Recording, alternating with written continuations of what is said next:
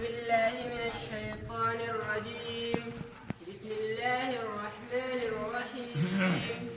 قال سننظر أصدقت أم كنت من الكاذبين.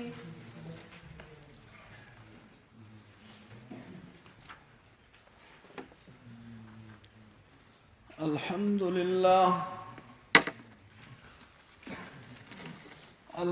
لله الذي من علينا بجزيل النعم، والصلاة والسلام على سيد العرب والعجم وعلى آله وأصحابه مصابيح الظلم.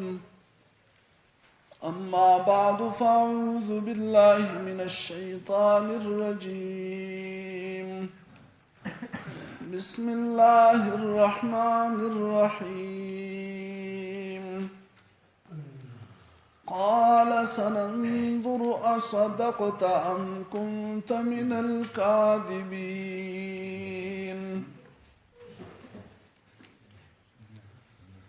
27 نمبر آیت دے سورة النمل.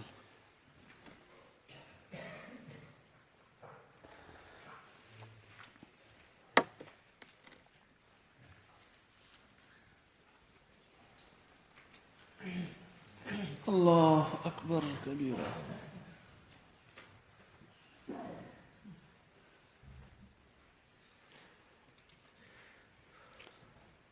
ذکر کیوں کرنے کو یارا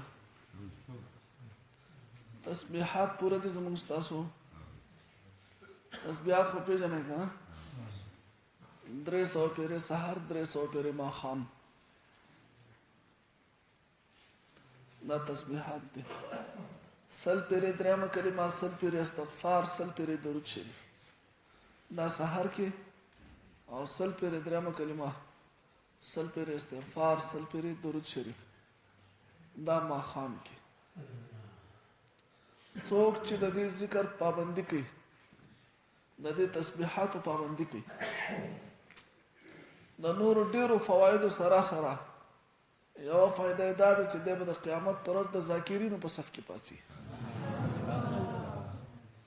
که نور ذکر داړو کړی نه صرف دا ذکر کې الله د دې په برکت سره به د قیامت پر ورځ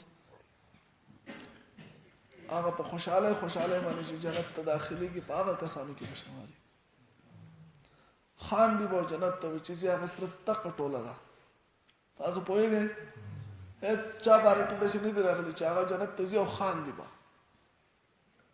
تاسو اورېدلي که نه دی اورېدلي جنت ته ځي روان دي جنت ته او خان دي صرف ذاکرین دي چې هغه به خان دي او جنت ته به ځي دوی به په هغه ګروپ کې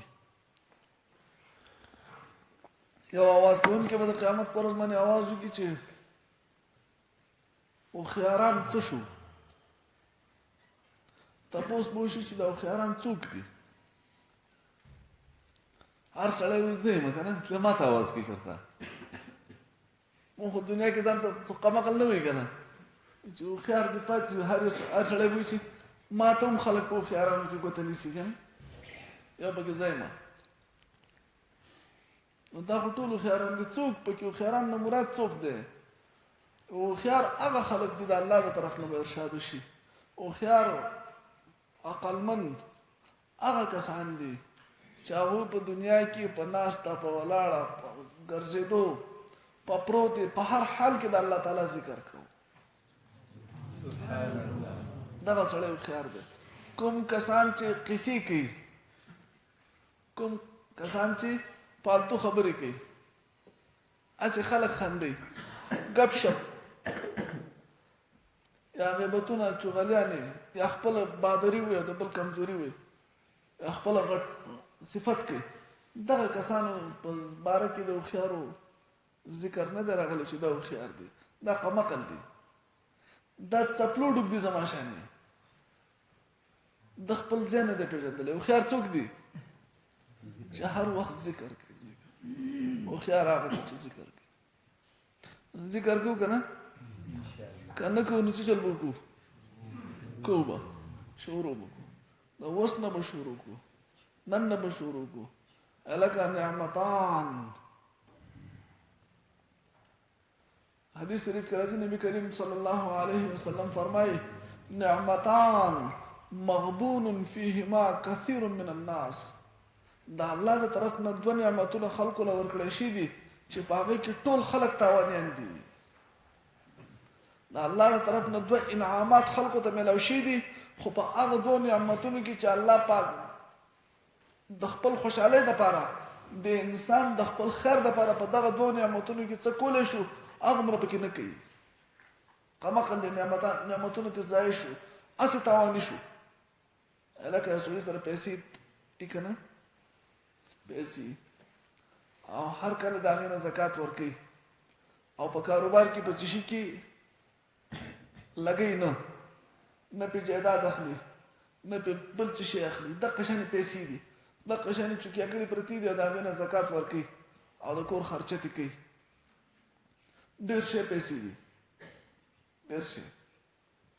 100 روپۍ دي انډه، 100 روپۍ دي تقریبا. څو دي دغلته څو آواز راغی؟ 10 کروړه. 10 کروړه روپۍ د خو د هغې نه سالانه خرچه روانه ده.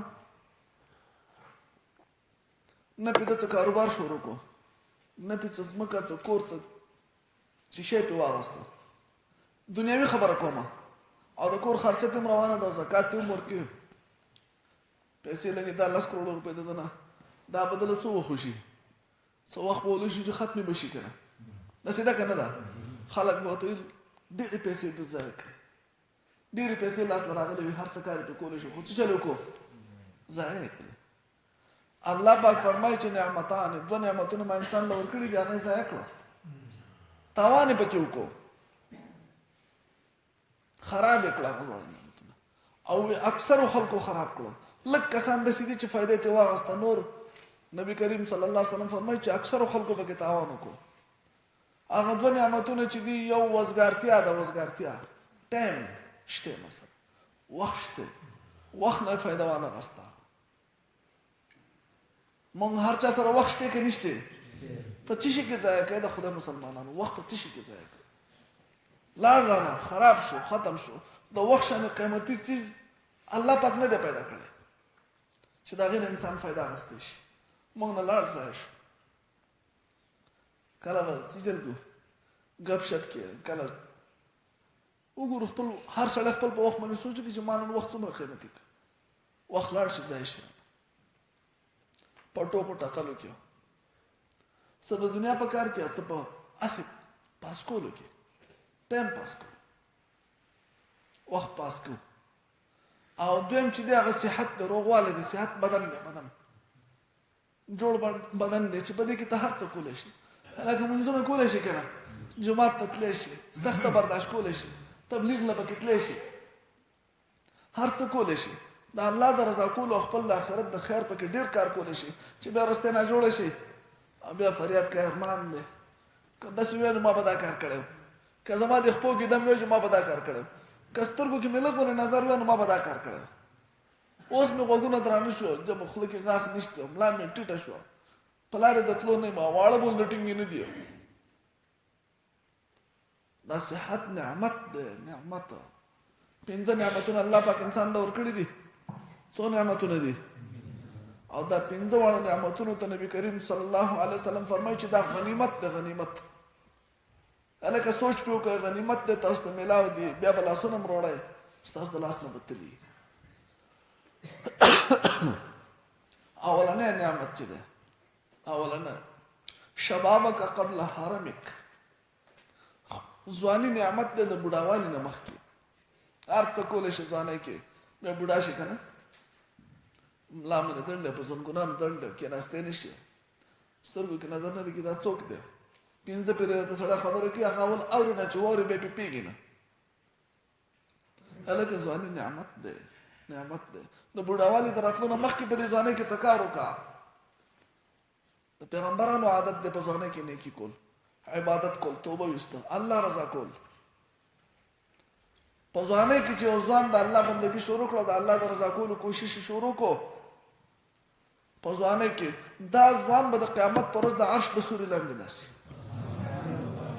نو ځواني د بوډاوالي نه مخکې غنیمت دی. صحت، جوړ بدن، دا د بیمارۍ نه مخکې غنیمت دی. ډېر وګوره هسپتالونو ته لاړ شه، تا ته به پته ولګي ته په څه حال کې. لاسونه د چا نشته دی، چا خپې نشته دی، چا سترګې نشته دی، چا غوږونه نشته دی، چا خوله کې یو غاښ نشته، چا ته کینسر دی، چا داسې حال باندې پروت دی چې بس د مرګ او ژوند کشمکش کې دی، فالج دی، شوګر دی، او داسې حال ته رسېدلی بلډ پرشر دی، هارټ اټیک دی. یا په سوونو مریضان نه دي پراته؟ دا زموږ ستاسو شان انسانان دي که نه؟ څه چل واغوله زموږ ستاسو دا صحت د 5 منټو د ګارانټي هم نه دی. یو طبق راغی سهار له هېڅ شی نشته، ماښام له پرېوځي سهار له پاسي وایي چې کټ نه کوزېدم وایي خپې مې درنې وي نه شم کوزېدی. ډېر کوشش مې وکړ لاس مې نه ړقېده. هلکه نعمت دی، نعمت دی، د دې نه کار واخلو. دا نعمت ضایع کولو دپاره نه دی، دا غنیمت وګڼي د بیمارۍ نه مخکې.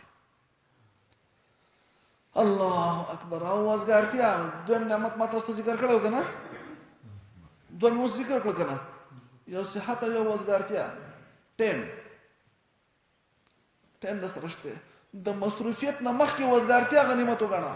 اوس د سره ټایم شته، الله پکې رضا که بیا به د سره ټایم نه مصروف یم. که ما سره ټایم نه د ده سره ټایم را سره نه ما به ټول چیر کړی، دا کار به مې کوم، دا کار به مې کوم. اوس را سره ټایم نشته، نو په لا د سماتې ټایم را سره نشته چې دې نوزګاري کوم چې دغلته ځم، او چې دغه نوزګاري کوم چې دغلته ځم. د مصروفیت نه مخکې وزګارتیا غنیمت وګڼه، په دې کې الله رضا کا، په دې کې خپل آخرت سم کا. الله اکبر. او بل غنا کا قبل فقر کا. تا سره پیسې شته، په دې ټایم کې په لاس کې دې پیسې شته، د غربت نه مخکې دا ټایم غنیمت وګڼه، خپل الله پې رضا کا، خپل آخرت دپاره څه وکړه. بیا به داسې وخت راشي چې د قرضې پنډکې به شي، خدای مکه. خو انسان د مختلف قسم حالات پرې راځي، د انا قادر به نه وي، بیا به هېڅ هم نه شي کولی، خپل ګېډې ګوډې غور به نه شي کولی، د آخرت به پکې څه خیر وکړي. اوس د سره پیسې شته، په دې پیسو باندې چل وکړه، خپل آخرت ښایسته کړه. او پنځم حیاتک قبل موتک. د مرګ نه مخکې ژوند غنیمت وګڼه، لږ ټایم دی د سره، دقه زندګي ده ستا، دا غنیمت وګڼه. بیا به قبر کې لاسونه مروړو چې ما داسې چل کړی وی، ما داسې چل کړی وی، که ما ته چا ویلی وی چې ما به داسې کړي، که زه چا پوه کړی وی ما به داسې کړي. اوس تا سره ټایم دی، په دې کې الله پاک رضا کا، په دې کې توبه وباسه، په دې کې خپل د ګناهونو الله باندې معاف کا، الله ته وژاړه چې ګناهونه معاف کړي.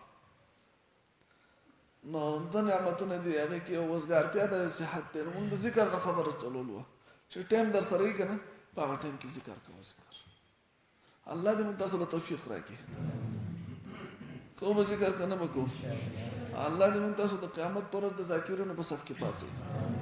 زموږ دا ژبه د الله په خپل نوم باندې هر وخت لمده ساتي، او الله پاک د خپل ذکر شوق او محبت زموږ نصیب کړي.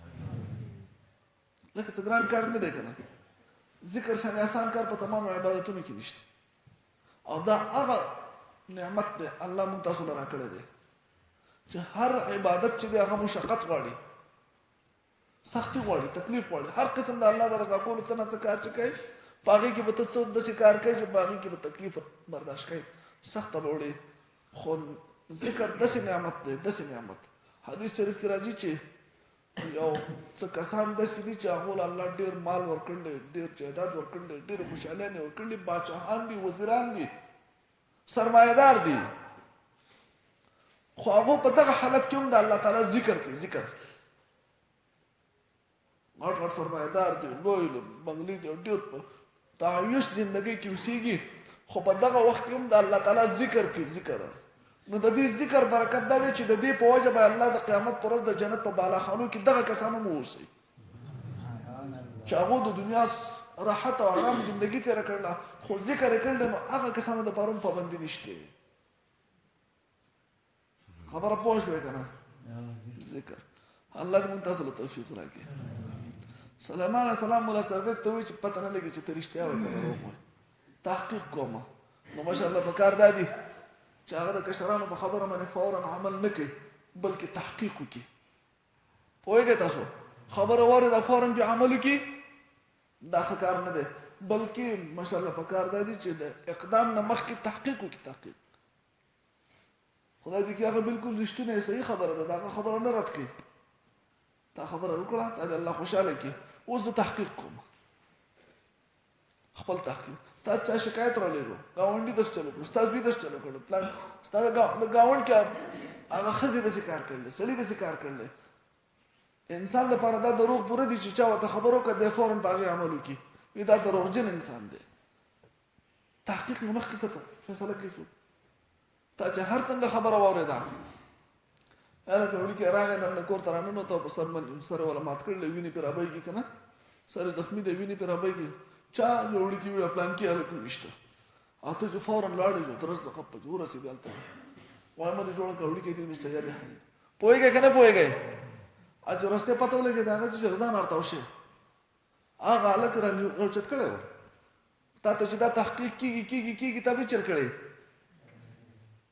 پويږي کنه پويږي نو تحقیق اولو کا تحقیق سليمان عليه السلام مولا چرګ ته وی تحقیق کومه بیا وګورو قال سليمان عليه السلام سننظر زغورم اصدقت ام كنت من الكاذبين چې تارشته ویل دي یا ته د دروغجنو نه دلته سليمان عليه السلام مولا چرګ ته غوسه مو کنه غوسه تاسو اوریدل کنه نو خبره تکلکی کی ستارشته او دروغ معلومه موس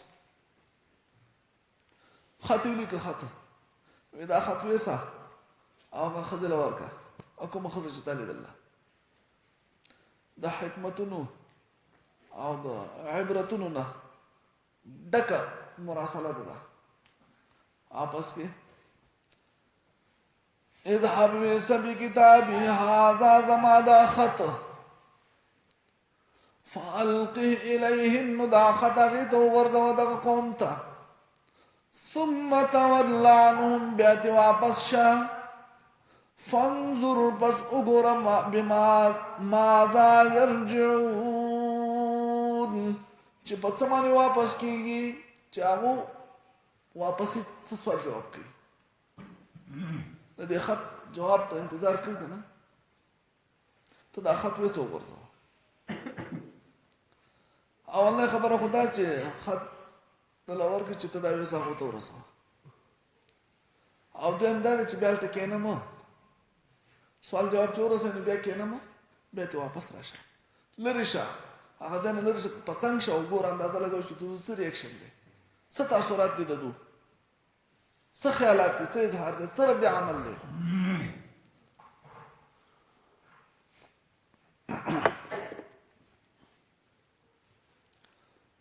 مولا چرګ خط ویوړ هغه ته خط ورسېده خط چې کولاو کو قالت يا ايها الملأ سردارانو میټینګ راوغختو خپل وزیران مشران سرداران راوغختو هغه مخه ته خبره پیش کړه دا ویل يا ايها الملأ سردارانو اني القي الي كتاب كريم یقینا ما ترى غرزدل دی یو عزتمن خط ګوره د غټو خلکو غټي خبرې کنه څنګه چې خلک یې هغه څه خبرې یو سړی چې په څومره مقام کې کنه هغه سړی چې مار څه ورځي زهر ورځي خکې مار چې زهر ورځي نو څه چل کوي خکې دا هغه سره دین ورڅه هغه سره زهر دین چې ګډینو ورځي پوهیږي کنه پوهیږي هر سړی باغ کوي چې څو سره دي خبره باغ سې کوي چې کومه دا هغه سره ده هغه چې د کومې کټګوري کس دی هغه شان خبرې وکړي ته هر چا نه دا توقع مکو چې تا دغه خبرې ولې وکړي دا کار دی ولې وکړو دغه قسم خبرې تا پورې مناسب نه وي ته دغه مناسب جوړه دغه مناسبت خو هغه په خپل ښکارا کې چې څنګه دی نه پوهیږي زما په خبره هغه سړی په خپل چې تاسو کنزل وکړو بدر دی ویلي کسته کنزل وکړو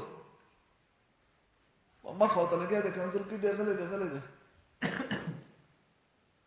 الله بیا ته چې صحیح شو بس ته زما کنه تاسو نور څه شته ستا په ضمیر کې دننه نور څه وي هغه راښکاره که اصلیت ښکاره کېږي په دې وي حقیقت ما ته واضح شو چې ته څنګه یې بس نور ما پورې څه ونه نښاته خو ستا ما ته اصلیت معلوم شو چې څنګه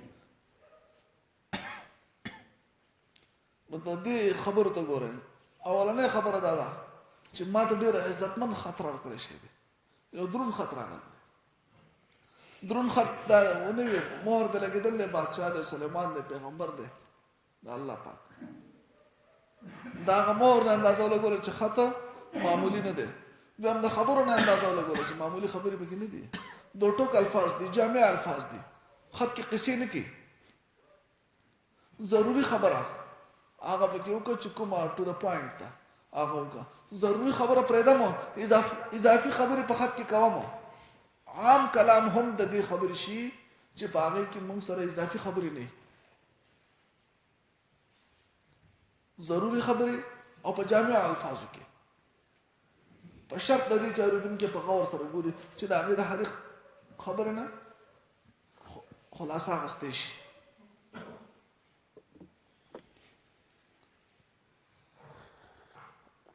نو بعضې کسان بادشاهان داسې وي چې هغو ته د هغو د شان مخالف خبرې راوړی شي نو اگر که ډېر د عزتمندو خط خو هغه به یې څیرې کړي که نه وغورځوي بلقیس داسې نه وه خط څه دی مضمون د هغې څه دی انه من سلیمان یقینا دا خط دی د سلیمان د طرف نه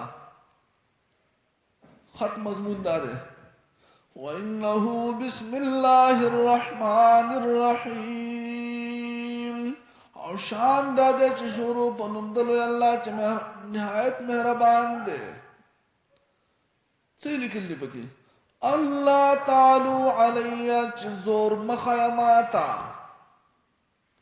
ما ته زور مخیه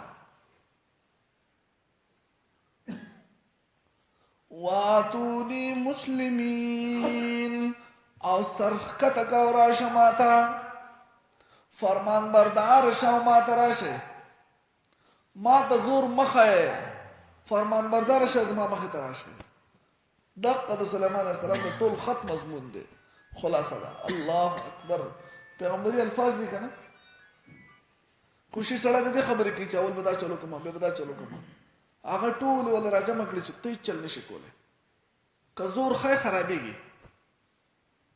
که ته خپل زور ښی نشي چل کوې خرابېږي زور مه ښایه خپل طاقت مه ښایه نیغه نیغه کېږه مه اوچته اوچته کېږه مه بعضې دباو کوي که نه اوچتې خبرې کوي غټې خبرې مه کوه بس خیر د په دې کې دی چې سر کته کوه راځه راشه الله اکبر خط لیکلو دا مسنون طریقه ده پیغمبرانو هم لیکلي نبی کریم صلی الله علیه وسلم هم خط لیکلی دی شروع خط کې بسم الله پکار ده خو که د خط د ضایع کېدو خطره وي یا بې ځایه غورځېدو خطره وي نو بیا پکې بسم الله په خوله باندې ووایو لیکلو ته ضرورت نشته او که تا ته پته چې خط هغو سمبالیک دي یا بې ځایه نه غورځي نو شروع خط کې بسم الله لیکل سنت دویم دا چې خط په شروع کې خپل نوم لیکل په شروع کې څه شی لیکل خپل نوم لیکل چې هغه بیا په خط کې دا نه ګوري چې دا چا رالیکلی کوم ځای نه راغلی دی خو په شروع کې خپل نوم لیکي غوره طریقه ده لفافه باندې از طرف پلان کې دا پې ولیکي که نه شروع کې نبی کریم صلی الله علیه وسلم چې خطونه لیکلي من محمد عبد الله ورسوله الى عظیم الروم ورپسې فورا چاته چې لیکي د هغه نوم به ولیکي چاته چې لیکي د هغه نوم به فورا بیا به سلام ولیکي السلام علیکم ورحمت الله که کافران السلام علی من اتبع الهدى دا درې لازمي خبرې د خط نوې ځای اوس خطونه لاړه ختم شو خط کوم ځای دی بعض معاملو کې خط چې دی تحریر چې دی هغه دغه جوړېدی شي ثبوت جوړېدی شي د یو قاضي د فیصلې لپاره ښه شی دی خط لیکل البته کوم ځای کې چې د ګواه ضرورت دی نو په هغه ځای کې خط کافي نه دی تحریر کافي نه دی ګواه هغې ته وایي چې هغه په خپله عیني شاهدي په خپله د قاضي په مخ کې پیش شي په ټلیفون باندې یا په خط باندې ګواهي نه کېږي پوهېږئ تاسو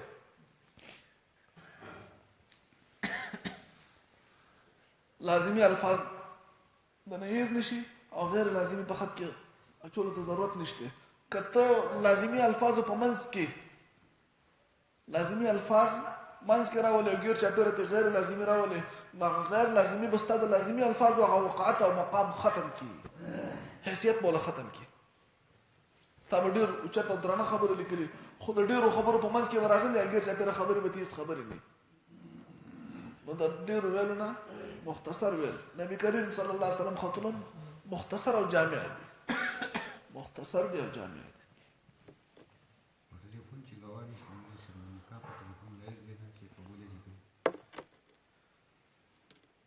نکاح د هغې دپاره ګواهان په هغه ځای کې چې کوم ځای موجود دي. نکاح خو کېږي که نه، خو د نکاح کولو ګواهان پکار دي. اوس لکه ته اطلاع کوې نکاح چې څوک کوي د هغې ګواه پکار دی. هغه په ټلیفون ګواه خو کسان موجود دي که نه. لکه اوس موږ دلته نکاح کوو که نه، او یو سړی دی هغه په سعودي کې دی، د هغه نکاح کوو، موږ دلته نکاح کوو، د دې ګواهانو شو، هغه د نکاح قانون لګي، د هغه دلته وجود لازمي نه دی.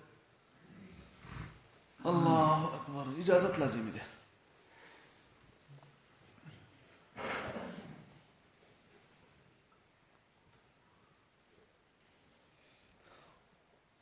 قال موسى عليه السلام سننظر زګورم صدقت چې ته رښتیا وایې ام كنت من الكاذبين یا یې د دروغجنونه.